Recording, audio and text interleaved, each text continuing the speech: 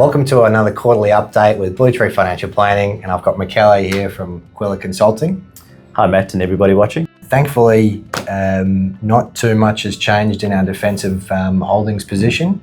Maybe just a really quick summary on where we're sitting defensively and why we want to continue to maintain our current positions there. I think the absolute yields that have been generated in our defensive portfolio have been really strong. And we're quite comfortable with that exposure remaining within Australian fixed income markets, specifically in investment grade credit. So I think those are generating good returns for clients with low levels of volatility. We have made some changes on our portfolios in the growth position. Not significant changes. Essentially, we've just trimmed some of our exposure to the small and mid-cap space in Australia. Maybe if you can just talk through why we've made that trim and where those funds are being allocated to. Yeah, so we trimmed Aussie small and mid-caps just more from a domestic outlook perspective.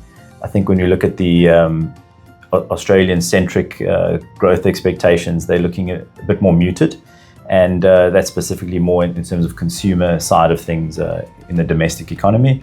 We've had multiple rate rises with a couple more expected by the market, so we're not expecting huge growth trajectories from domestic assets.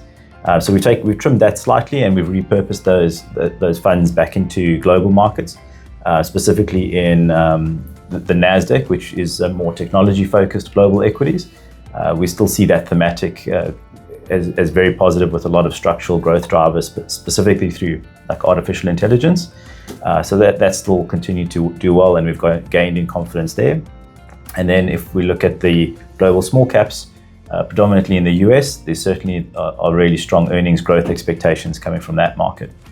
And then finally, we've topped up our global infrastructure exposure. And infrastructure provides a bit more diversification within the portfolio, but at the same time, there's a lot of structural growth drivers in terms of the artificial intelligence build-out, as well as the energy transition and the need for energy infrastructure. Great to see, obviously, that we're trying to take such a proactive approach when there's so much uncertainty.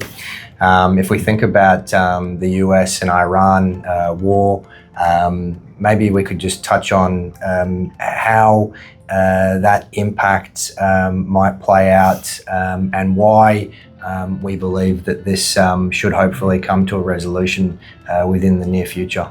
So I think the key issue with the Iranian conflict is the impacts on inflation. So right now we've got energy prices rising quite dramatically, and that's feeding through different inflation measures. But what we would be concerned about is if the Straits of Hormuz remain closed for an extended period of time, and that would mean that the rise in energy prices would filter through to the rest of the economy, and we would see prices rise more broadly across the market. In terms of what we're expecting going forward, we do think that Trump is showing evidence that he wants to end the conflict.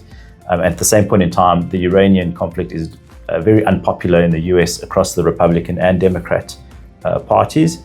And so going up to the midterm elections in November, we expect that he would want to have this conflict in the past and then campaign from there. So near term, we would be more positive in terms of seeing some sort of resolution. I think that was really it. It's a short update today, Michele, and we haven't made some significant changes, more just some minor changes on the portfolios to make sure that we continue to deliver great outcomes and great returns for our clients, but also managing risk appropriately as well, which is very important. So thanks so much, Michele, for coming in. Pleasure to see you here again. Yeah, thanks very much, Matt. And we'll be talking with everyone soon, and our next quarterly catch-up will come before you know it. Thank you.